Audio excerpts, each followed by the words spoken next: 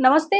ప్రస్తుతం మనతో పాటు బహుజనవాది, సామాజికవేత్త, ఆహ్, తెలంగాణ ఉద్యమకారుడు విజయ్ ఆర్య క్షత్రియ మనతో పాటు ఉన్నారు. ఆయనతో మాట్లాడదాం.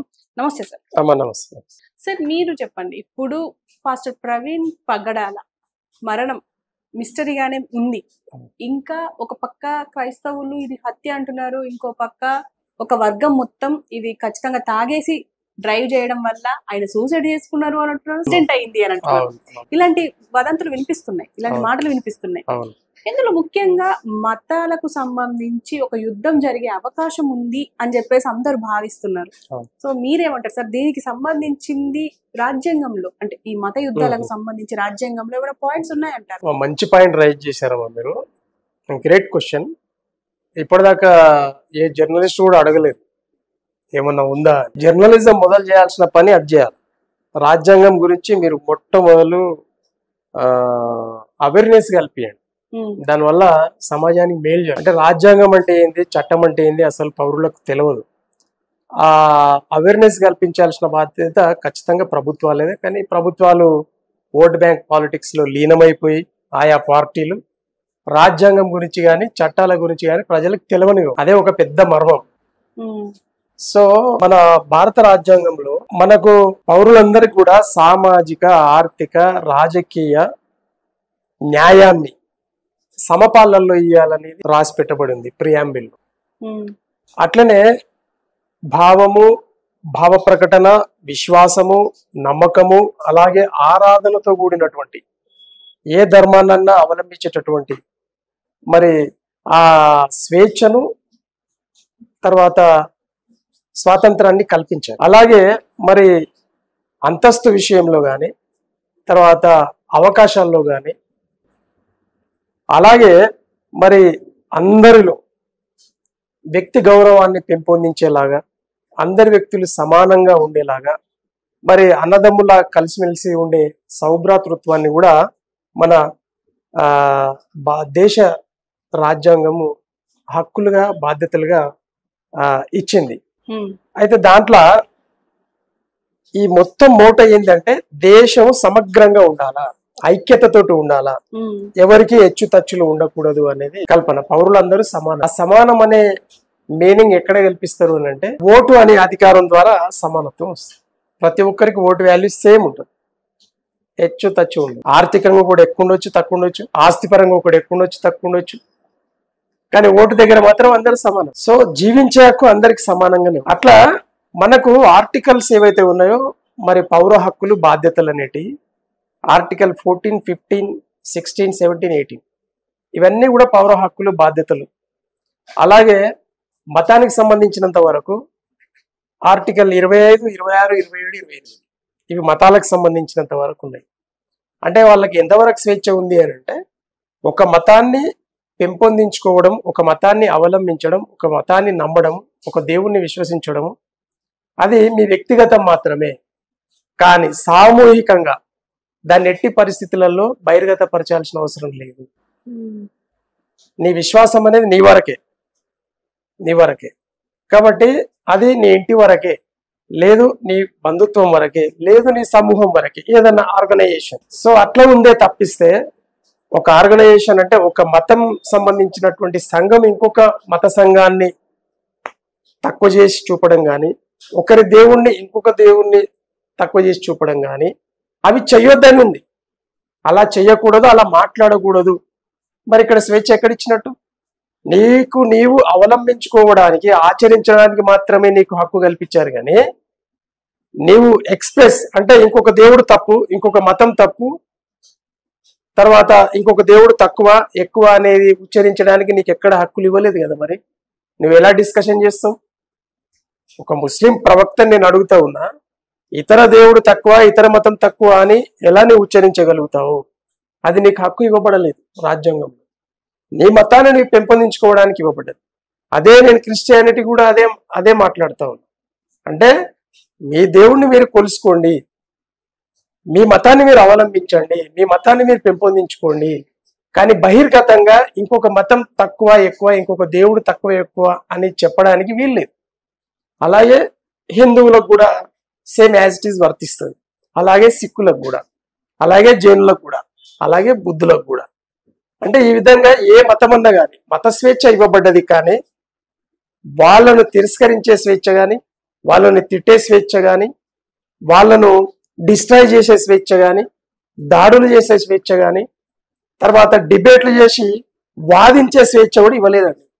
ఇక్కడ మిస్టేక్ ఏంటంటే అదే మిస్టేక్ జరిగింది. యూట్యూబ్ల ద్వారా ఈ సమాచార వ్యవస్థ డెవలప్ అయిన తర్వాత యూట్యూబ్ అనేది ఒక పెద్ద సముద్రం అయిపోయింది. అందులో ఈ మతాలకు సంబంధించినటువంటి డిబేట్స్ పెడతా ఉన్నారు చూడు, అది పెద్ద రాంగ్. ఎందుకంటే భారతదేశం మరి మతరాజ్యం అయితే నిజంగా కూడా ఒక మతరాజ్యం అయితే ఇవన్నీ ఉన్నాయి. ఒకటే మతం గురించి మాట్లాడతారు, ఒకే అంటే మనం ఈ రోజు ముస్లిం కంట్రీస్లలో చూస్తాం కొన్ని మతరాజ్యాలు ఉన్నాయి, క్రిస్టియన్ కంట్రీలలో చూస్తాం కొన్ని మతరాజ్యాలు ఉన్నాయి, అన్ని కావు. ఆ మతరాజ్యాలలో వాళ్ళు ఏ మతం ఏ దేవుడు అంటే వాళ్ళనే ఫస్ట్ ప్రియారిటీ ఇస్తూ తక్కింది సెకండరీ ప్రియారిటీ ఇచ్చుకోవాలని ఉంటుంది. కానీ మన దేశంలో అన్ని మతాలు సమానమే. ఇక్కడ మతము అనేది నన్ ఆఫ్ ది మ్యాటర్, కులము అనేది నన్ ఆఫ్ ది మ్యాటర్. రెండింటిని డిస్ట్రాయ్ చేయబడ్డది. ఎందుకు అనంటే ఇది ప్రజాస్వామ్యము, ప్రజలే సార్వభౌముడు, ప్రజలే రాజు అనుకుందాం. రాముడు రాజు. మన దగ్గర డిఎన్ఏలు ఏముందంటే రాజును దేవుడుగా కొలుస్తారు. మన డిఎన్ఏలో భారతీయ తత్వశాస్త్రాలు కానీ అనాదిగా వస్తున్న దాన్ని ఇంటి పెద్దను అంటే తండ్రిని దేవుడుగా చూస్తాం, తల్లిని దేవతగా చూస్తాం. అట్లనే ఇక్కడ ఏంటంటే ఒక రాజుని దేవుడుగా చూస్తారు అన్నప్పుడు దాన్ని తీసేయకుండానే ప్రజాస్వామ్యంలో పౌరుణ్ణి రాజు చేశారు. పౌరుడే రాజు. Who is the king of India? Indian democracy అంటే సిటిజన్ ఆఫ్ ఇండియా అనేవాడు ఈజ్ ఎ కింగ్ మేకర్. ఆయన సేవ చేయడానికి గాను, భారత పౌరుడి సేవ చేయడానికి గాను నియమించుకున్నటువంటి వ్యవస్థనే ఈ లెజిస్లేచర్, అడ్మినిస్ట్రేషన్ అండ్ తర్వాత మన ఎగ్జిక్యూషన్. ఈ మూడు రంగాలు అంటే ఈ మూడు అంగాలను క్రియేషన్ చేయబడ్డది. ఎంత చక్కగా ఉందండి. పౌరుడు అనేవాడు రాజు, ఆ రాజుకు సేవ చేయడానికి మాత్రమే ఈ వ్యవస్థలన్నీ అన్నప్పుడు ఇంకా పంచాయతీ ఏమైనా ఉందా? మరి ఈ రాజుకు సేవ చేయండి రా బాబు అంటే రాజుల్ని బానిసగా చేసుకొని ఓట్లు వేయించుకొని మీ ఇష్టానుసారంగా ఈరోజు రాజులకు మధ్యలో అంటే పౌరులకు మధ్యలో, పౌరుల సముదాయాలకు మధ్యలో మీరు కొట్లాటలు శిచ్చులు పెట్టుకుంటూ మతాన్ని రెచ్చగొడుతూ కులాన్ని రెచ్చగొడుతూ ఓట్లు వేయించుకొని రాజ్యాధికారంలోకి వచ్చి మీరు 75 ఏళ్ళ నుండి పబ్బం గడుగుతా ఉన్నారు అంటున్నాను నేను ఒక పౌరుడి. ఐ హావ్ రైట్ అంటే నేనేమంటున్నా అంటే మతాన్ని రెచ్చగొట్టకండి, ఇంటర్నల్ గా కులాన్ని రెచ్చగొట్టకండి. అది ఆల్రెడీ డిస్ట్రాయ్ అయింది. కులం అంటే ఒక కుటుంబం మాత్రమే, కులానికి హెచ్చు తచ్చు లేదు. కాబట్టే మన భారతీయ తత్వము లేదంటే భారతదేశ సంస్కృతి సాంప్రదాయాలు, తర్వాత భారతీయ ఏకత్వము, మీరు అన్నట్టు యూనిటీ ఇన్ డైవర్సిటీ అని ఏదైతే అన్నారో భిన్నత్వంలో ఏకత్వం అన్నారు. అందుకోసం మనది గొప్పది ప్రపంచంలో. అంటే ఇంత వివిధత ఉన్నా కూడా ఏకత్వంతో భారతీయులు ఎట్లా ఉంటారు? ఇంగ్లీష్ వాళ్ళకి అర్థం కాలేదు, మహమ్మదీయులకు అర్థం కాలేదు. వాళ్ళు తోక ముడిచారే కానీ భారతీయ ప్రజాస్వామ్యం తోక ముడవలే. కాబట్టి మన ఏకత్వం అందులో దాగి ఉంది. అంటే అన్ని కుటుంబాలు సమానమే. కానీ కొన్ని మత యుద్ధాల వల్ల, మత యుద్ధాలు శైవుల మీద వైష్ణవులు చేసి, వైష్ణవుల మీద జైనులు చేసిరు, అన్నిటి మీద సిక్కులు చేసిరు, అన్నిటి మీద బుద్ధులు చేసిరు. ఒకటి కాదు కానీ ఇన్ని యుద్ధాలు జరిగినాయి భారతదేశంలో. కాబట్టి ఎవరు గొప్ప అని అంటే మనదే ఒక పెద్ద గ్రంథాలయం. భారతదేశమే ఒక పెద్ద గ్రంథాలయం, తర్వాత ఒక పరిశోధన ఆలయం మనది. ఈ పరిశోధన ఆలయం, ఈ గ్రంథాలయం నుండి నేర్చుకున్నదే ప్రపంచ జ్ఞానం అంతా ఇక్కడ నుండి మనకు విస్తరించింది. విస్తరించిన తర్వాతనే అన్ని మతాలకు ప్రాతిపదిక ఏమైంది అనంటే శాంతి, సౌభ్రాతృత్వం, వసుదైక కుటుంబం. అంటే ఈ భూమండలం ఉన్న ప్రతి మానవ జీవి కూడా మనం అన్నదమ్ములు లాంటి వాళ్ళము, ఒకటే కుటుంబం అని చెప్పింది ఎవరు? భారతీయ తత్వశాస్త్రమే కదా. ఇలాంటి ఒక భారతంలో మరి కుల కొట్లాటలు, మత కొట్లాటలు కావడం అనేది సర్వసాధారణం. అంటే వివిధతలో మరి అన్నీ ఉన్నాయి. కాబట్టి నిరంతరాయంగా జరుగుతున్న క్రమంలో ప్రభుత్వాలకు అన్ని అధికారాలు రాజ్యాంగం ఇచ్చింది కాబట్టి వాటిని కంట్రోల్ చేయాలి, పౌరులను కూర్చోబెట్టాలి. కులం పంచాయతీలు అయితే ఇరు కులాలను కూర్చునబెట్టి వాళ్ళ మధ్యలో సామరస్యతను ఏర్పాటు చేయాలి. మత పంచాయతీలు అయితే ఇరు వర్గాలను, ఇరు మతాలను కూర్చునబెట్టి వాళ్ళ మధ్యలో సఖ్యత తీసుకురావాలి. వీళ్ళు ఎప్పుడన్నా చేసిండ్రా? ఇదే వాస్తవం. యాజ్ ఎ యూత్ గా నువ్వు చెప్పండి, ఏ ప్రభుత్వంలో ప్రయాసపడి చేసిందా? చేయలే. ఇది ఎవరు చెప్పాలి? వాళ్ళు ఏమంటారంటే అవి అట్లా జరుగుతూనే ఉంటాయి, మనం చూస్తూ పోవాలి, చేసేది ఏం లేదు. అది రాంగ్. కాబట్టి మీలాంటి యువత దీన్ని అందిపుచ్చుకోవాల్సిన అవసరం ఉంది. భారత రాజ్యాంగాన్ని చదవాలి, నేర్చుకోవాలి. మత గ్రంథాల కంటే గొప్ప గ్రంథం ఈరోజు భారత రాజ్యాంగం. మత గ్రంథాలు సెకండరీ. ఎందుకు అని అంటే మొత్తం ప్రపంచ మతాలన్నిటినీ చదివి, ప్రపంచ రాజ్యాంగాలన్నింటినీ చదివి, వడపోత పోసి అన్నిట్లో ఉన్నటువంటి మంచిని గ్రహించి దీంట్లో చేర్చడం జరిగింది. కాబట్టి ఈరోజు ఐక్యరాజ్య సమితి కూడా ఏదైనా సమస్య వస్తే మన భారత రాజ్యాంగాన్ని చెక్ చేస్తుంది. కాబట్టి ఇంత గొప్ప రాజ్యాంగం కింద మనము పౌరులుగా జీవిస్తున్నాము. అలాంటి సందర్భంలో ఈరోజు ప్రవీణ్ పగడాల లాంటి హత్యలు గతంలో జరిగినాయి, భవిష్యత్తులో కూడా ఇలాంటివి జరగబోతాయి. కాబట్టి prevention is better than cure. కాబట్టి భారత రాజ్యాంగాన్ని అనుసరించి భారత ప్రభుత్వం, రాష్ట్ర ప్రభుత్వాలు, అలాగే మీడియా, 4వ స్తంభం మీడియా, వీళ్ళు చాలా జాగ్రత్తగా కంటికి రెప్పలాగా ప్రజలను కాపాడుకుంటూ పోవాల్సిన బాధ్యత ఉంది. కాబట్టి మనం కుల పంచాయతీలను ఈజీగా తీసుకోవద్దు, నెగ్లెక్ట్ చేయొద్దు, మత పంచాయతీ నెగ్లెక్ట్ చేయొద్దు. ఈరోజు మీరు అన్నట్టు మత యుద్ధాల వైపు దారి తీస్తుందా అనంటే నిజంగా తీస్తున్నట్టు ఈరోజు భయభ్రాంతులకు గురైపోయారు. ఇప్పుడు ప్రవీణ్ పగడాల హత్య భయభ్రాంతులకు గురి చేసిన 2 తెలుగు రాష్ట్రాలను ఒక ఊపింది కదా. ఇరు వర్గాలుగా ఈరోజు విభజితమైంది. కాబట్టి ఈరోజు హిందూ మతంలో ఉన్నటువంటి కులాల మధ్యలో అంతర్గతంగా ఒక నివురు గప్పిన నిప్పులాగా రగులుతున్నటువంటి కుల వివక్షతను తీసేయకపోతే అది మానసిక రోగం. కులము అనేది మానసిక రోగం, మతము అనేది మానసిక రోగం. మతం మత్తులో నుండి బయటపడాలా, కులం కుట్రలో నుండి బయటపడ్డప్పుడు నిజమైన మానవత్వం బయటకు వచ్చి అన్నదమ్ములుగా బ్రతుకుతారే తప్పిస్తే దాన్ని పట్టుకొని ఆ ఈగోని పట్టుకొని పోతే మాత్రం వినాశనం తప్పదు.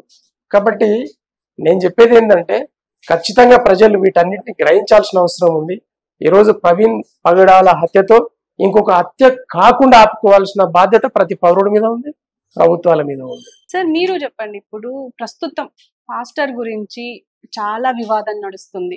దీనివల్ల మత కలహాలు వచ్చే అవకాశం ఉంది అని చెప్పేసి కూడా మాట్లాడుకుంటున్నాం. అయితే ఇప్పుడు ప్రస్తుతం హిందుత్వం గురించి, మతాల గురించి, కులాల గురించి మాట్లాడుకోవాల్సి వస్తే మీరేం చెప్తారు? అంటే మన ప్రపంచ చరిత్ర కానీ, మన దేశ చరిత్ర కానీ, మన రాష్ట్రాల చరిత్ర కానీ ఒకసారి చూసుకుంటే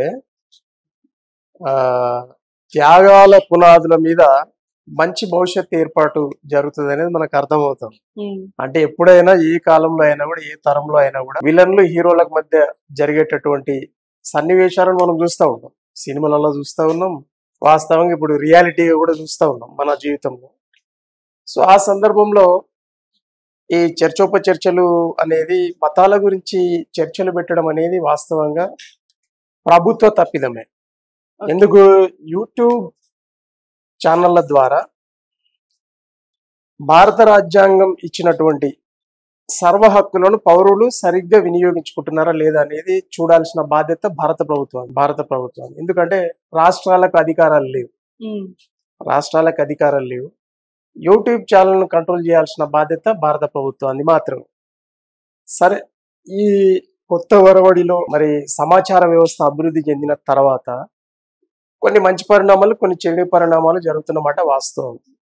అందులో భాగంగా ఏదైతే మతాల మీద చర్చ ఏదైతే జరుగుతూ ఉందో దాన్ని ఖచ్చితంగా నిషేధించాల్సిన బాధ్యత భారత ప్రభుత్వానిదే. వై? బికాస్ మతాల గురించి మాట్లాడుకోకూడదు బహిరంగంగా అనేది భారత రాజ్యాంగం చెప్తున్నటువంటి ఒక చట్టం.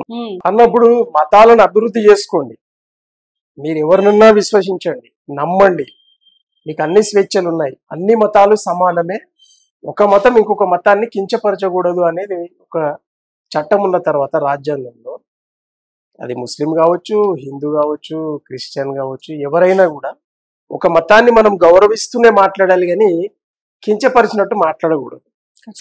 అయితే చర్చలు మత యుద్ధాలుగా మారే పరిణామం ఏర్పాటు అవుతా ఉంది.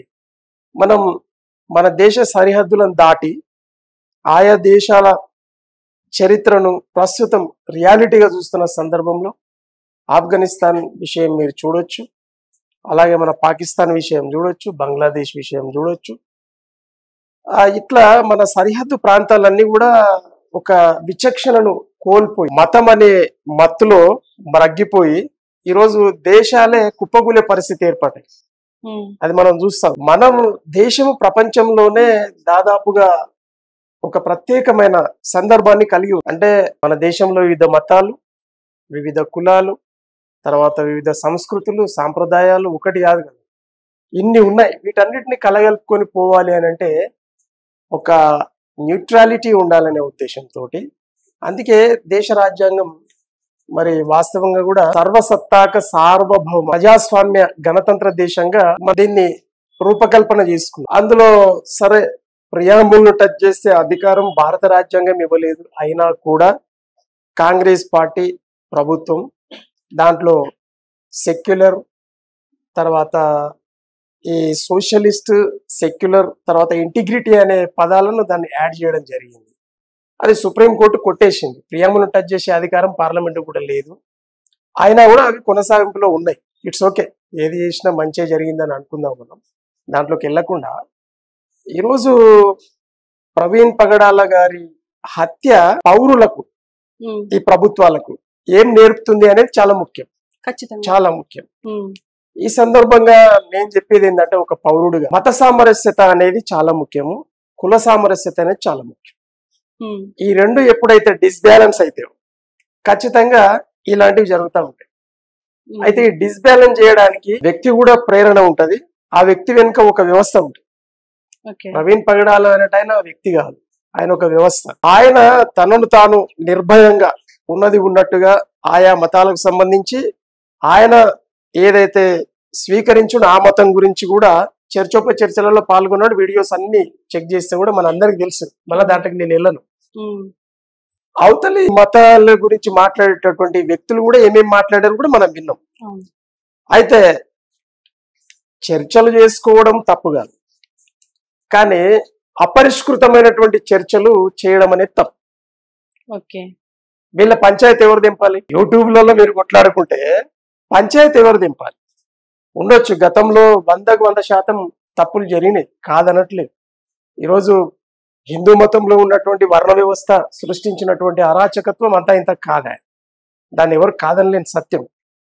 ఆ వర్ణ వ్యవస్థ ఒరిజినల్ గా ప్రకృతి సిద్ధంగా ఏర్పాటైనటువంటి వర్ణ వ్యవస్థ, అది వ్యక్తిస్వామ్యం వచ్చిన తర్వాత రాజరిక వ్యవస్థలో అది ఏమైపోయింది అంటే అది చెడుగా మారిపోయింది, అది కుల వ్యవస్థగా రూపాంతరం చెందింది. అంటే ఒక మంచి చెడుగా రూపాంతరం చెందింది. రూపాంతరం చెందిన తర్వాత వ్యక్తికి మధ్యలో ఒక చిరపరాని గీతను గీయడం, గోడను కట్టడం వల్ల ఈరోజు శూద్రులు, అగ్రవర్ణాలు, శూద్రులు వర్ణ వ్యవస్థలో 4 అని అనుకుంటే, బ్రాహ్మణ, క్షత్రియ, వైశ్య, శూద్ర అని అనుకుంటే, చిరపరాని ఈ రహస్యంగా ఈ రోజు వరకు కూడా ఇంత విద్య పెంపొందిన తర్వాత 75 సంవత్సరాలకు కూడా అది ఇంకా పోవట్లేదు. అది తీసేయాల్సిన బాధ్యత పౌరులతో పాటుగా ప్రభుత్వాలది. పౌరులకి అవగాహన లేకపోతే ఆ అవగాహన కల్పించే బాధ్యత ప్రభుత్వాలది. ఖచ్చితంగా అవును కదా. అన్నప్పుడు ప్రభుత్వాలు ఇక్కడ చాలా కీలక పాత్రధారి. తల్లిదండ్రి పాత్రలో ఉన్నప్పుడు పిల్లలు సొంత పిల్లలు ఏ విధంగా అయితే పెంచాలనో ప్రజలను కూడా ఆ విధంగా పెంచాల్సిన అవసరం ఉంది. ఎడ్యుకేషన్ అనేది చాలా ముఖ్యం. ఆ ఎడ్యుకేషన్ అనేది ఇవ్వాల్సిన ఎడ్యుకేషన్ ఇవ్వకుండా ఇవ్వరాని ఎడ్యుకేషన్, పనికిమాలిన ఎడ్యుకేషన్ ఈ ప్రభుత్వాలు ఇస్తూ ఉన్నాయి. కాబట్టి ఈ పంచాయతీలన్నీ డూస్ డోన్స్ అనేది ఆల్రెడీ రాజ్యాంగంలో ఉంది, ఏం చేయాలి చేయకూడదని. హక్కులతో పాటు బాధ్యతలు కూడా ఉన్నాయి. వీళ్ళ హక్కుల గురించే మాట్లాడతారు ప్రజలు కానీ, ప్రజా సమూహాలు కానీ, బాధ్యతలను మర్చిపోతాయి.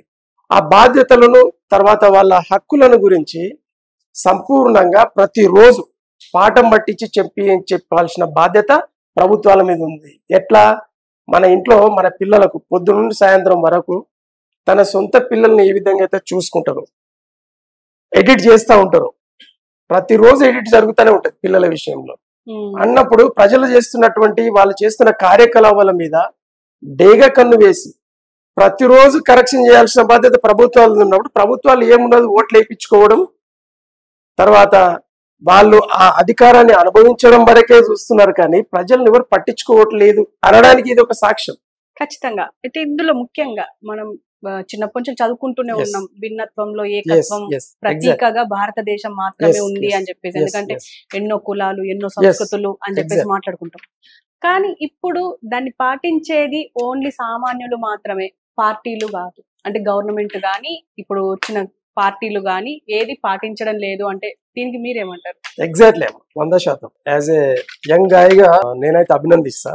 ఎప్పుడు కూడా తప్పులు ఎవరు చేస్తా ఉన్నారు, తప్పులు ఎందుకోసం జరుగుతా ఉన్నాయి, ఈ కొట్టాటలకు అసలు మూలాలు ఏంది, కారణాలు ఏందని మనం ఆలోచన చేస్తే మీ ప్రశ్న ఉద్భవిస్తుంది ప్రతి యువతకు. ఈరోజు ప్రపంచంలోనే యువకులు యువత ఎక్కువగా ఉన్నటువంటి దేశం మందే, యువ భారతం. ఈరోజు 60% యూత్ మన దగ్గర ఉంది. ఇంత మ్యాన్ పవర్ పెట్టి ఈ మ్యాన్ పవర్ ను ఎటువైపు మళ్లించాలి అనే ఆలోచన భారత ప్రభుత్వానికి ఉండాల్సిన అవసరం. ఖచ్చితంగా. మతం వైపు మళ్లిస్తే మన బార్డర్ దాటి ఆఫ్ఘనిస్తాన్ ను చెక్ చేసుకోవాలి, పాకిస్తాన్ ను చెక్ చేసుకోవాలి, బంగ్లాదేశ్ ను చెక్ చేసుకోవాలి. మరి అటువైపు గిట్ట మళ్లిస్తారని నేను భారత ప్రభుత్వాన్ని అడుగుతా ఉన్నా ఒక పౌరుడిగా. I have right. భారత ప్రభుత్వాన్ని ఎటువైపు మళ్లిస్తారు మీరు దేశాన్ని? రెండవది, అలాగే కుల భారతం. వాస్తవంగా మూలాలన్నీ భారతదేశాన్ని కులం మీద ఆధారిత ఆర్థిక వ్యవస్థ, కులం మీద ఆధారిత సామాజిక వ్యవస్థ, కులం మీద ఆధారిత రాజకీయ వ్యవస్థ ఉంది. అది కనిపించదు. బయట చూడ్డానికి మాత్రం సర్వే జనో సుఖినో వసుదైక కుటుంబం అని మనం ప్రపంచానికి గురువులుగా చెప్పుకుంటున్నా, మనం ఏం చేస్తా ఉన్నాం అనేది అంతర్గతంగా ఆలోచన చేసుకున్నప్పుడు అది మనకు అవగతం అవుతుంది. మనం ఏం చేస్తున్నామా అంటే ఎప్పుడు కూడా మనల్ని మనం ప్రశ్నించుకుంటూ ఉండాలి. ఈ ప్రభుత్వాలు కానీ, పౌరులు కానీ, లేదు ఆయా మతాల సంస్థలు కానీ, కుల సంస్థలు కానీ. అయితే దీన్ని వీళ్ళు ఒక ప్రహాసంగా తీసుకొని సీరియస్నెస్ గా తీసుకోకుండా వదిలేస్తున్నందుకు మాత్రమే ఇలాంటి ఘటనలు జరుగుతూ ఉన్నాయి. ఒకవేళ సీరియస్నెస్ గా తీసుకుంటే అనుకుందాం, ఒక కుల సంస్థ ఏదైనా రైట్ చేసినప్పుడు దాన్ని పట్టించుకొని ప్రభుత్వం అప్పుడే పరిష్కరిస్తే ఈ పంచాయతీలు ఉంటాయా? ఉండవు. లేదు, ఒక మత సంస్థ ఏదైనా లేవనెత్తినప్పుడు, సమస్యలు లేవనెత్తినప్పుడు దాన్ని సీరియస్ గా కేంద్ర రాష్ట్ర ప్రభుత్వాలు పరిశోధన పరిష్కార మార్గాలు వెతికి దాన్ని పరిష్కరించినప్పుడు అసలు ఇలాంటి ఘటనలు జరగవు. దీన్ని ఫ్రీడమ్ ఆఫ్ స్పీచ్ కింద కన్సిడర్ చేస్తుందేమో. ఫ్రీడమ్ ఆఫ్ స్పీచ్ అనేది ఓన్లీ మంచి మాత్రమే చెప్పాలని ఉంది, మంచి మాత్రమే చెప్పాలి. చెడు నీ నోట్ల నుండి ఒక్క పదం కూడా బయటికి వెళ్ళడానికి వీల్లేదు. ఫ్రీడమ్ ఆఫ్ స్పీచ్ అంటే అది, కానీ ఇష్టానుసారంగా ఒక మహిళలను కించపరుస్తూ సినిమాలు తీయడం కాదు. మహిళలను కించపరుస్తూ సినిమాలు తీయడం అది ఫ్రీడమ్ ఆఫ్ స్పీచ్ కాదు. ఈరోజు అసలు బాధితులు ఎవరు? మహిళలు. ఈ పురుషాధిక్య సమాజంలో ప్రపంచంలో కావచ్చు, దేశంలో కావచ్చు, రాష్ట్రంలో కావచ్చు, ఈరోజు అసలు బాధితులు మహిళలే, తర్వాతనే పురుషులు. అయితే ఈ పురుషాధిక్య సమాజంలో పురుషుడు కంట్రోల్ చేయడానికి రాజ్యాంగాలు తప్పిస్తే మహిళల కోసం కాదు. కానీ మహిళలకు సర్వ హక్కులు ఉన్నా కూడా మహిళలకు ఇంకా అవేర్నెస్ లేదు, ఏం చేయాలి చేయకూడదని. ఎందుకు? వాళ్ళు కుటుంబ పోషణలోనే వాళ్ళ సమయం అంతా అయిపోతాం. దేశం గురించి, రాష్ట్రం గురించి పట్టించుకునే సమయం వాళ్ళ దగ్గర లేదు. వాస్తవంగా వాళ్ళ అమాయకత్వాన్ని ఆసరాగా తీసుకొని పురుషుడు తన ఇష్టానుసారంగా కార్యకలాపాలు చేస్తూ ఉన్నాడు. వాళ్ళని కంట్రోల్ చేయడానికే రాజ్యాంగం. కాబట్టి దాన్ని ఆసరాగా తీసుకొని ఇప్పుడు కులము మతం విషయానికి వస్తే ఈ కుల పంచాయతీలు మత పంచాయతీలుగా ప్రేరేపితమవుతా ఉన్నాయి. ఎగ్జాంపుల్, వర్ణ వ్యవస్థ నశించబడ్డది, వర్ణ వ్యవస్థ ఇప్పుడు లేదు, కానీ కనిపించకుండా వర్ణ వ్యవస్థ నడుస్తూ ఉంది, ఇది కూడా సాక్ష్యమే. అలాగే కుల వ్యవస్థ కూడా ఏది నశింపజేయబడ్డది, రద్దు చేయబడ్డది రాజ్యాంగం ప్రకారంగా. మత వ్యవస్థ లేదు, కుల వ్యవస్థ లేదు, రాజ్యాంగబద్ధంగా రెండుంటిని కూడా డిస్ట్రాయ్ చేశారు. ఇక్కడ ప్రజాస్వామ్యం ఉంది, ప్రజాస్వామ్యంలో ప్రజాకీయం ఉండాలి, కానీ మళ్ళీ రాజకీయ వ్యవస్థకు సంబంధించిన రాజకీయం నడుస్తూ ఉంది. కాబట్టే ఈరోజు ఇలాంటి ప్రవీణ్ లాంటి ఘటనలు జరుగుతూ ఉన్నాయి అక్కడ ఇక్కడ. అయితే వాస్తవంగా నేను యాజ్ ఏ న్యూట్రల్ పర్సనాలిటీగా నేను చెప్పేది ఏంటంటే, ఈరోజు గత చరిత్ర అంతా చూస్తూ ఉంటే ఎవరైతే వర్ణ వ్యవస్థలో శూద్ర వర్ణంలో ఉన్నటువంటి, ప్రస్తుతం మనం తెలుగు వాళ్ళం కాబట్టి తెలుగు ప్రజలకు అర్థం కావాలని చెప్తా ఉన్నాం, అట్లా పేర్లు చెప్తా ఉంటే చాలా ఉంటాయి కాబట్టి ఇన్ని ఉంటాయి, 300 400 చెప్పలేను నేను. ఎగ్జాంపుల్, రెడ్డి, కమ్మ, వెలమ, కాపు ఏ కమ్యూనిటీస్ అయితే రాజ్యాధికారంలో ముందు వరుసలో ఉన్నాయి, వీళ్ళు అధికారాన్ని అడ్డం పెట్టుకుని ప్రజల మధ్యలో ఒక కులం సిచ్చు ఒక మతం సిచ్చు పెట్టేసేసి ఓటు బ్యాంక్ పాలిటిక్స్ ఆడుతా ఉన్నారు. మొదలు రియలైజేషన్ కావాల్సింది ఈ 4 కమ్యూనిటీస్ కావాలి. Why? Because they are acting a father mother role. వాళ్ళు ఒక మదర్ ఫాదర్ రోల్లో ఉన్నారు. వాళ్ళు రియాలిటీకి రావాల్సిన అవసరం ఉంది. ఓట్లు ముఖ్యం కాదు కదా, సామరస్యత ముఖ్యం. కుటుంబంలో ఎప్పుడు కూడా సామరస్యతనే ముఖ్యం అన్నప్పుడు మన రాష్ట్రంలో దేశంలో కుల సామరస్యతను తీసుకురావాల్సిన బాధ్యత ఈ 4 కమ్యూనిటీస్ ఉన్నాయి. ఎందుకు? వాళ్ళే పెద్దన్న పాత్రలు, వాళ్ళే తల్లిదండ్రుల పాత్రలు ఉన్నారు. వాళ్ళ రియలైజేషన్ కావాల్సిన అవసరం ఉంది. అవసరం ఏముంది వాళ్ళకి? ఇప్పుడు అది చేస్తేనే కదా వాళ్ళకి లాభము.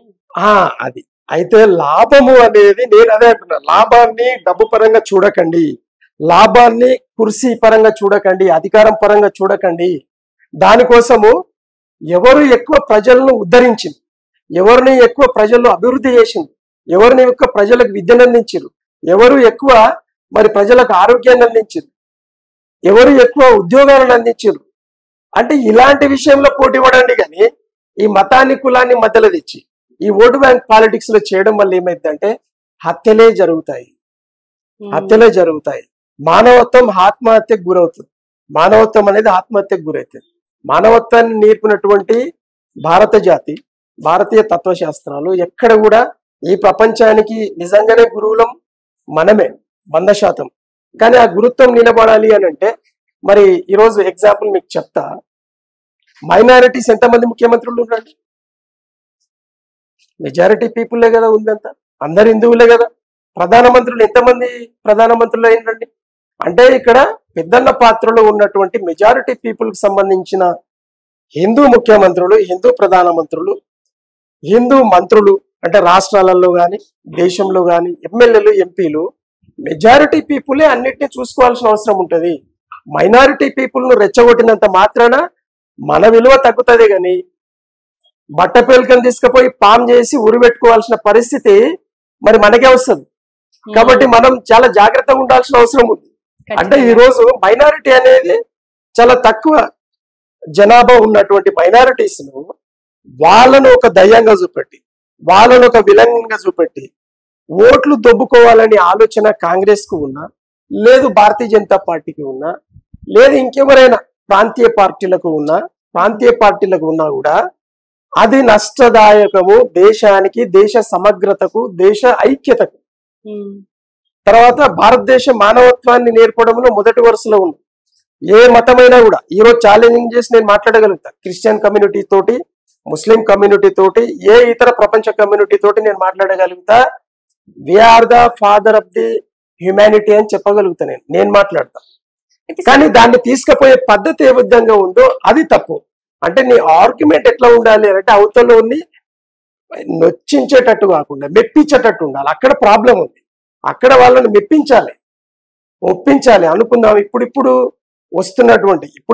వస్తున్నటువంటి విద్యలో భాగంగా ఈరోజు వాళ్ళు మేధస్సు పెంచుకొని మాట్లాడుతున్న క్రమంలో వాళ్ళకి రైట్ ఆన్సర్ ఇవ్వకుండా నువ్వు మర్డర్ చేస్తే ఎట్లా? 100 కాదు 1000% ప్రవీణ్ పగడాల మర్డరే. ఓకే సార్, ఇప్పుడు దీన్ని మర్డరే అని మనం అనుకుందాం. అయితే ఇప్పుడు ప్రవీణ్ పగడాల గురించి మనం మాట్లాడుతున్నాం కాబట్టి 2 నిమిషాలు ఏంటంటే ప్రవీణ్ పగడాల హత్య లేకపోతే మర్డర్, యాక్సిడెంట్ అని చెప్పేసి మనకి ఇంకా క్లారిటీ రాలేదు. కానీ పోస్ట్ మార్టం రిపోర్ట్ కూడా ఇంకా రాలేదు బయటికి. వాళ్ళు ఇచ్చే వరకు ఎందుకు ఈ క్రైస్తవ సమాజం కానీ ఇంకా మిగతా వాళ్ళు ఎందుకు వెయిట్ చేయట్లేదు? ఎగ్జాక్ట్లీ నిరసనలు చేస్తున్నారు. భారత రాజ్యాంగం అనేది ఎంత చక్కటి రాజ్యాంగం అంటే ఈ ప్రపంచ దేశాలు కూడా ఈ రోజు ఏదైనా సమస్య వస్తే భారత రాజ్యాంగాన్ని చూసి ఎక్కడెక్కడ ఏమేమి ఉన్నాయని చూసి నేర్చుకొని అక్కడ పోయి వాళ్ళు అమెండ్మెంట్ చేస్తా ఉన్నారండి. ఐక్యరాజ్య సమితి కూడా సమస్యల పరిష్కారానికి భారత రాజ్యాంగాన్ని వెతుకుతా ఉంది. అంత చక్కగా రాయబడ్డది. ఈ రోజు ప్రపంచంలో ప్రతి సమస్యకు పరిష్కారము భారత రాజ్యాంగంలో ఉంది. అయితే ఈ మత పెద్దలకు, అన్ని మతాల పెద్దలు మొట్టమొదలు చదువుకోవాల్సింది ఏంటంటే నీ మత గ్రంథం కాదు, భారత రాజ్యాంగాన్ని మొదలు చదివి అవలోకన చేసుకుని దాని తర్వాత నీ మత గ్రంథాన్ని చదివి నీ మతాన్ని డెవలప్ చేసుకో. ఎవరు వద్దనట్లేదు. ఇక్కడ ప్రాబ్లం ఏంటంటే భారత రాజ్యాంగము అధికారాన్ని ఒకరి గుప్పిట్లో పెట్టలేదండి. ప్రధానమంత్రికి అధికారం ఇచ్చి ఆయనకి రిస్ట్రిక్షన్స్ ఉన్నాయి, ముఖ్యమంత్రికి అధికారాన్ని ఇచ్చి రిస్ట్రిక్షన్స్ ఉన్నాయి, తర్వాత మంత్రులకు అధికారాన్ని ఇచ్చి రిస్ట్రిక్షన్స్ ఉన్నాయి. మొత్తము ఎగ్జిక్యూషన్ అనేది అడ్మినిస్ట్రేషన్ కి అప్పచెప్పింది. దాంట్లో అడ్మినిస్ట్రేషన్ లో ముఖ్యమంత్రి ఇన్వాల్వ్ అవ్వడానికి వీలు లేదు, ప్రధానమంత్రి ఇన్వాల్వ్ అవ్వడానికి వీలు లేదు. They are only observers. చట్టాలు చేయాలి, వాళ్ళ చేతిలో పెట్టాలి, అవి అమలు అవుతున్నాయా లేవా చక్కగా చూడాలి. కానీ ఇక్కడ జరుగుతున్న విషయం ఏంటంటే ఒక డీజీపీ లెవెల్ అధికారిని, ఒక ఐజీ లెవెల్ అధికారిని, ఒక కలెక్టర్ లెవెల్ అధికారిని, ఒక క్యాబినెట్ సెక్రటరీ అధికారిని, ఒక చీఫ్ సెక్రటరీ అధికారులు వీళ్ళు పనిచేయనియరు. వీళ్ళు పనిచేయనియరు. మేం చెప్పినట్టు మీరు నడవాలి, లేదు అని అంటే మీరు ఎట్లా ఉద్యోగం చేస్తారో చూస్తామనే బ్లాక్ మెయిలింగ్ అధికారుల మీద జరుగుతూ ఉన్నంత కాలం చట్టం అమలు కాదు. చట్టం అమలు కాదు. ఈరోజు పోలీస్ డిపార్ట్మెంట్ మీద నిజంగా కూడా నాకైతే ఏం నమ్మకం లేదండి. ఐఎమ్ ఏ పొలిటీషియన్, నాకు కూడా తెలుసు ఏం జరుగుతుంది అనేది.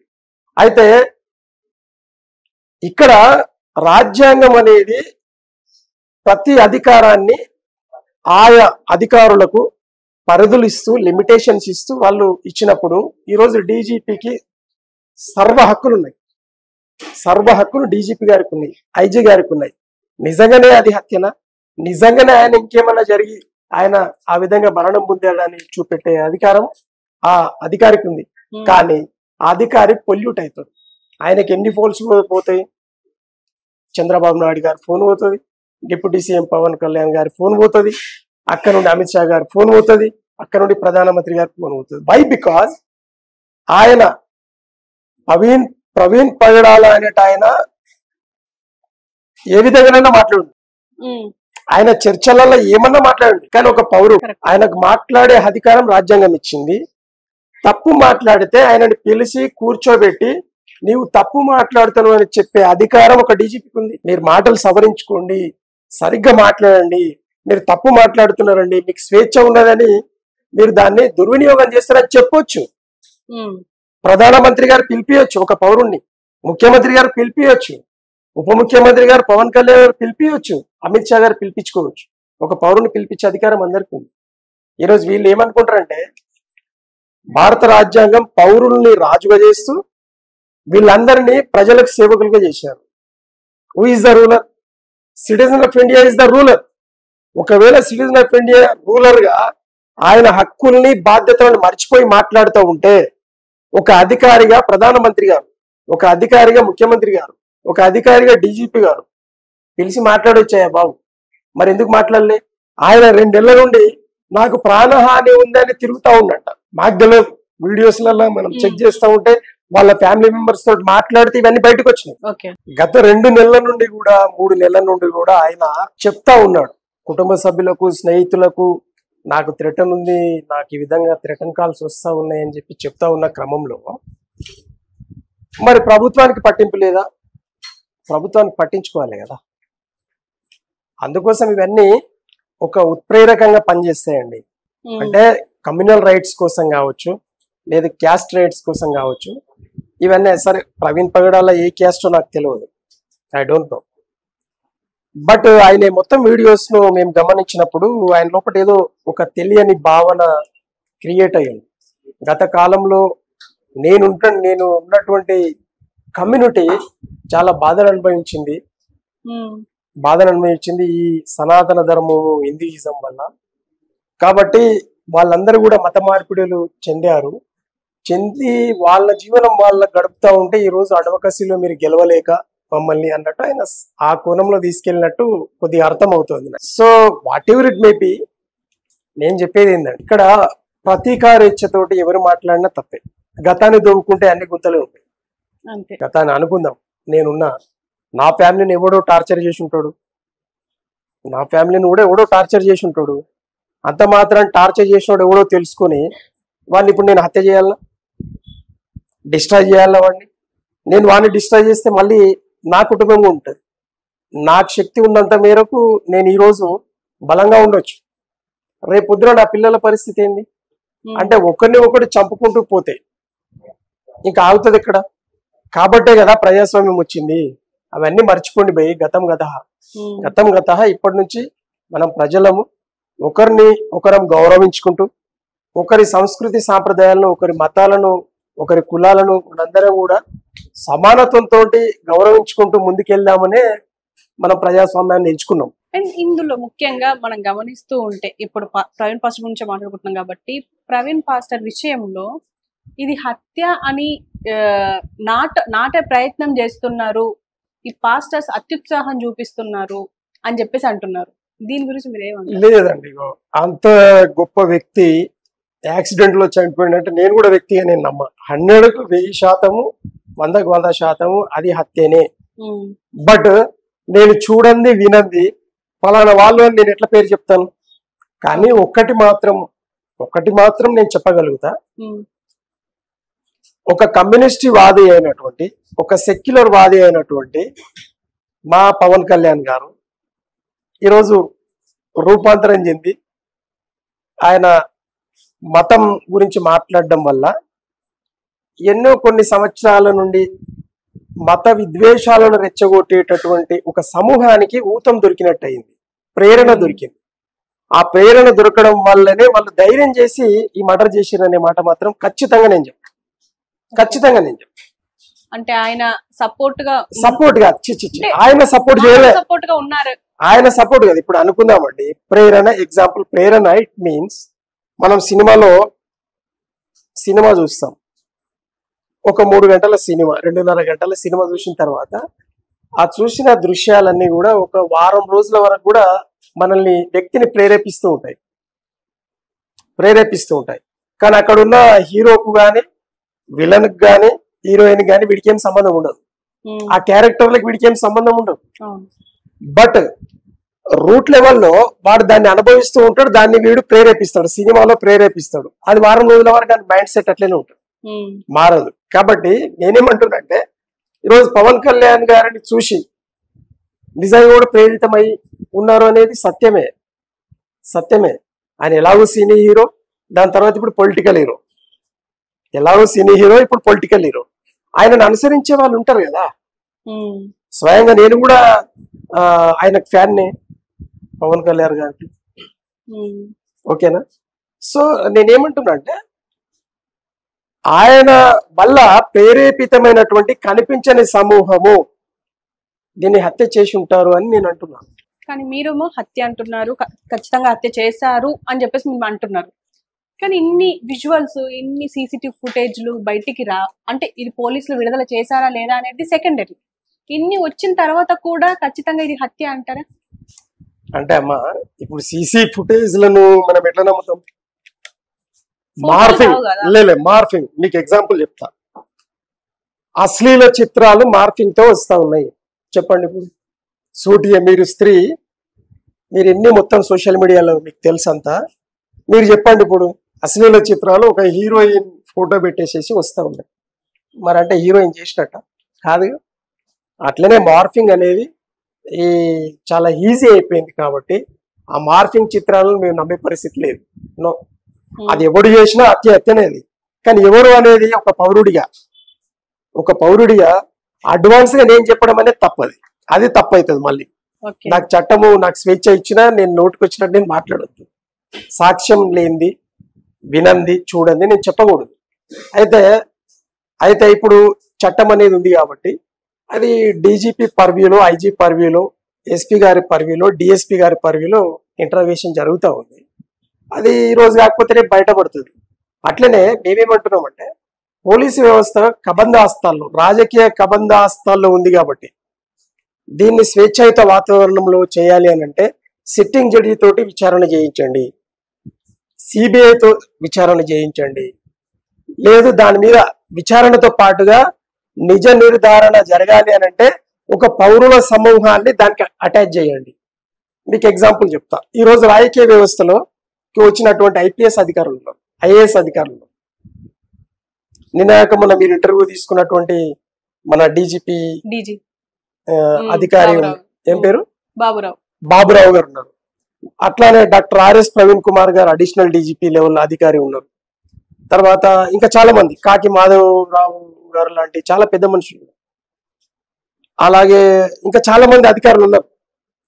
వాళ్ళను ఒక పౌర సమూహంగా దానికి అటాచ్ చేయండి, ఖచ్చితంగా నిజ నిర్ధారణలో తేలుతుంది కదా, అది హత్యనా నిజంగానే యాక్సిడెంటా అనేది తేలుతుంది కదా. అందు గురించి పౌరులను మొదలు విశ్వాసంలోకి తీసుకోండి. ఇప్పుడు పుయ్యారు ఏముంది, హత్య చేసినోడైతే చట్టబద్ధంగా అయితే శిక్షించబడాల్సిందే కదా. దాంట్లో రాజకీయ నాయకులు ఎవరుంటారు? ఎవరు ఉండరు. దట్ ఈస్ ద ప్రొవోకేబుల్, అది ప్రొవోకేబులే. కానీ చేసినోడైతే బయటకు వస్తాడు కదా, చేయించిన వాడు బయటకు వస్తాడు కదా. అప్పుడు మరి నిజంగానే అది రాజకీయ హత్యనా, లేదు మత హత్యనా, కుల హత్యనా? మూడు హత్యలు ప్రేరేపితం ఎవరు చేశారనేది కావాలా. కుల హత్యనా, రాజకీయ హత్యనా, లేదు మత హత్యన బయటపడుతుంది. కానీ ప్రవీణ్ పాస్టర్ ని హత్య చేయాల్సిన అవసరం ఎవరికి ఉంది అంటారు? ఇప్పుడు నేను కొన్ని చెప్తాను. ఇప్పుడు రాజు బోధి అని ఒక ఫేస్బుక్ లో పోస్ట్ పెట్టారు, రాజ్ బోడే ఆయన ఒక వీడియో పెట్టారు. అందులో ముఖ్యంగా చిన్నజీయర్ స్వామి అండ్ అమిత్ షా ఇలా వీళ్ళందరూ ఉన్నారు. మొత్తం పోస్ట్ మార్టం రిపోర్ట్ కూడా బయటకు రాలేక పోస్ట్ మార్టం లో ఇవన్నీ ఉన్నాయి అని చెప్పేసి కూడా చెప్తున్నారు. ఆయనకు అంత ఇన్ఫర్మేషన్ ఉంది. అలాంటప్పుడు పోలీసులు కూడా ఇలాంటి ఇన్వెస్టిగేషన్ చేస్తూ ఉంటారు. ఒకవేళ రేపటి నాడు అది యాక్సిడెంట్ అని తేలితే ఏంటి పరిస్థితి? అంటే ఇప్పుడు రాజ్ బోడే గారు ఆయన కూడా భారత పౌరుడు, ఆయన కూడా మాట్లాడే స్వేచ్ఛ ఉంది. కానీ స్వేచ్ఛను ఎక్కువ ఉపయోగించుకున్నారని నేను అనుకుంటున్నాను. ఎక్కువ ఉపయోగించుకున్నారు అంటే హద్దు మీరి మాట్లాడడం అంటారు. అమిత్ షా గారికి దీనికి ఏం సంబంధం ఉంటుంది? ప్రధానమంత్రి గారికి మోదీ గారికి దీనికి ఏం సంబంధం ఉంటుంది? చంద్రబాబు నాయుడు గారికి దీనికి ఏం సంబంధం ఉంటుంది? పవన్ కళ్యాణ్ గారికి దీనికి ఏం సంబంధం ఉంటుంది? బట్ వాళ్ళకు సంబంధించిన వ్యక్తులు ఎవరైనా ఉండి ఉండొచ్చు అనే అనుమానంతో ఆయన మాట్లాడి ఉండవచ్చు. అది ఎప్పుడు వెళ్తుంది? నిజ నిర్ధారణలో తేలుతుంది. అది డీజీపీ గారు, ఐజీ గారు, ఎస్పీ గారు, తర్వాత డిఎస్పీ లెవెల్ ఇంటరాగేషన్ ఎవరైతే చేస్తా ఉన్నారో వాళ్ళ ద్వారా అది బయటపడుతుంది. అది బయటపడేంత వరకు మనం ఎట్లా మాట్లాడతాం? ఉండొచ్చు, ఏమైనా జరిగి ఉండవచ్చు, దాన్ని దాపురికంగానే పెట్టి ఉండవచ్చు, మనం కాదంటలేము. అది దాన్ని మనం డీజీపీ అనేది సర్వసత్తాక పవర్ ఉన్న ఆయన ముఖ్యమంత్రి గారి మాట వినాల్సిన అవసరం లేదండి. ఇంటరాగేషన్ లో మర్డర్ అయింది. చంద్రబాబు గారి మాట వినాల్సిన అవసరం లేదు, పవన్ గారి మాట వినాల్సిన అవసరం లేదు, అమిత్ షా గారి మాట వినాల్సిన అవసరం లేదు. అలాగే ప్రధానమంత్రి గారి మాట వినాల్సిన, ఆయన నిష్పక్షపాతంగా ఇంటరాగేషన్ చేయాల్సిన అవసరం ఉంది. అది బహిర్గత పరచాల్సిన అవసరం ఉంది. అన్నప్పుడు అది డీజీపీ గారి విచక్షణ అధికారులకు వదిలేయబడుతుంది. కాబట్టి మేము ఒకవేళ డీజీపీ గారి మీద అనుమానాలు ఉంటే మళ్ళీ కోర్టు ఎంక్వైరీ హక్కు ఉంది కాబట్టి దాన్ని ఉపయోగించుకుంటారు ఖచ్చితంగా పౌర సమాజం. దాన్నే వదిలిపెట్టరు. ప్రవీణ్ పగిడాలది హత్యన యాక్సిడెంట్ అనేది తెగే వరకు, సాక్ష్యాధారాలతో వచ్చేంత వరకు పౌర సమాజం అయితే వదిలిపెట్టే ప్రసక్తి లేదు. మళ్ళీ ఇది హత్యగానే నమ్ముతారు. మీరు ప్రూవ్ చేయాలి. భారత ప్రభుత్వం మీద, రాష్ట్ర ప్రభుత్వం మీద పూర్తి నమ్మకం ప్రజలకు ఉంటది. ఎప్పుడు అని అంటే అది యాక్సిడెంటా విత్ ప్రూవ్ చూపెట్టండి, లేదు హత్యన ప్రూవ్ చూపెట్టండి. అంతే తప్పిస్తే మీ ఇష్టానుసారం రిపోర్ట్ రాసి ఇది యాక్సిడెంటే అనడానికి వీల్లేదు, అట్లనే హత్య అనడానికి కూడా వీల్లేదు. ప్రజలకు చూపెట్టాలి. మీకు జీతాలు ఇస్తుందే అందుకు కదా. ప్రధానమంత్రి గారు జీతం తీసుకుంటారు, కేంద్ర మంత్రులు జీతం తీసుకుంటారు, ముఖ్యమంత్రి జీతం తీసుకుంటారు, రాష్ట్ర మంత్రులు జీతం తీసుకుంటారు, అధికారులు జీతం తీసుకుంటారు, జడ్జీలు జీతం తీసుకుంటారు. ఎవరి కోసం తీసుకుంటారు? న్యాయాన్ని కాపాడడానికే కదా, సమానత్వాన్ని పెంపొందించడానికనే కదా, స్వేచ్ఛావాయులతో ప్రజలు జీవించడానికనే కదా, మరి సోదరభావంతో ప్రజలను బ్రతకనివ్వడానికే కదా, వాళ్ళని ఎడిట్ చేయడానికే కదా. మరి ఇన్ని ఉన్నాయి, వాళ్ళకి జీతాలు ఎందుకు ఇస్తున్నాం? ఒక పౌరులుగా వీటన్నింటిని కాపాడడానికే జీతాలు ఇస్తున్నాం కాబట్టి, వాళ్ళు నిజాయితీగా మరి ప్రజల డబ్బు తింటున్నాం కాబట్టి, జీతాలు తీసుకుంటున్నాం కాబట్టి న్యాయం చేయాలనే దాంట్లో వాళ్ళు ఉంటారు. ఎందుకనంటే వాళ్ళు కూడా న్యాయ నిర్ణీతలు కాబట్టి, వాళ్ళకి అన్ని తెలుసు చట్టాలు కాబట్టి వాళ్ళు చేస్తారనే నమ్మకం మాకుంది. కానీ మేము ఒక పౌరుడిగా నేను హత్య అనుకుంటున్నా, మేబీ నైనా తప్పు కావచ్చు, యాక్సిడెంట్ కావచ్చు, చెప్పలేం కదా. లేదు వాళ్ళు అనేవాళ్ళు అది యాక్సిడెంట్ అని అంటున్నారు, వాళ్ళు కూడా తప్పు కావచ్చు, రేపు హత్య అని తేలొచ్చు, చెప్పలేం కదా. కాబట్టి నేను ఈ సందర్భంగా ప్రజలకు, ప్రభుత్వాలకు, తర్వాత మీడియా వ్యవస్థకు కూడా నా విన్నపం ఏంటంటే, భారత రాజ్యాంగాన్ని అవలోకన చేసుకోండి, భారత రాజ్యాంగం పరిధిలోనే మాట్లాడండి, భారత రాజ్యాంగం పరిధిలోనే జీవించండి. దాన్ని మితిమీరితే అన్ని ఇదే జరుగుతుంది. కాబట్టి ప్రభుత్వాలు ఎప్పుడు కూడా ప్రజలను కంటికి రెప్పలా కాపాడుతూ ఉండాల్సిన అవసరం ఉంది. పౌరులు కూడా స్వేచ్ఛను అతిగా ఉపయోగించుకోకుండా తన లిమిట్స్ ను మర్చిపోయి ప్రవర్తించకూడదని తెలియజేస్తా ఉన్నా. అట్లనే మీడియా వ్యవస్థ, ఇక మీడియా ఉంది కదా, మాకు స్వేచ్ఛ ఉంది కదా అని చెప్పి ఏది విడుదల చేయాలి, ఏది విడుదల చేయకూడదనే రిస్ట్రిక్షన్స్ కూడా మీడియా వ్యవస్థకు ఉంది. 4వ స్తంభం ప్రజాస్వామ్యాన్ని కాపాడేసిన సంపూర్ణ బాధ్యత మీడియా వ్యవస్థకు ఉంది, జర్నలిస్టులకు ఉంది. కాబట్టి వాళ్ళందరూ కూడా దయచేసి ఇలాంటి దాంట్లో ఎక్కువగా మంచిని మాత్రమే బహిర్గతం చేయండి. రెచ్చగొట్టే ప్రసంగాలను, రెచ్చగొట్టే వీడియోలను, రెచ్చగొట్టేటటువంటి డిబేట్స్ ను మీరు నిజంగా కూడా మీరు పెట్టకూడదండి. పెడితే ఏమైతే అంటే ప్రజలు పాపం అక్కడ ఉన్నవాళ్ళు